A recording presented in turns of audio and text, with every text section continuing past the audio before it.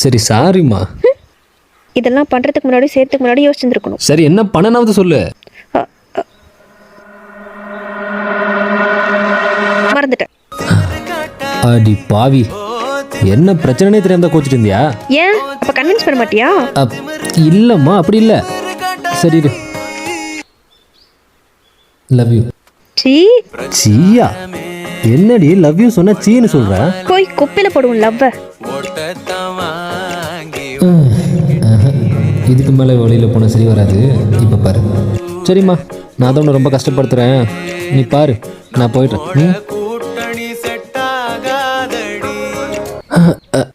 என்ன வண்டி வெயிட்டாக இருக்கு? என்னம்மா நீ லவ் குப்பையில் போட வரியா?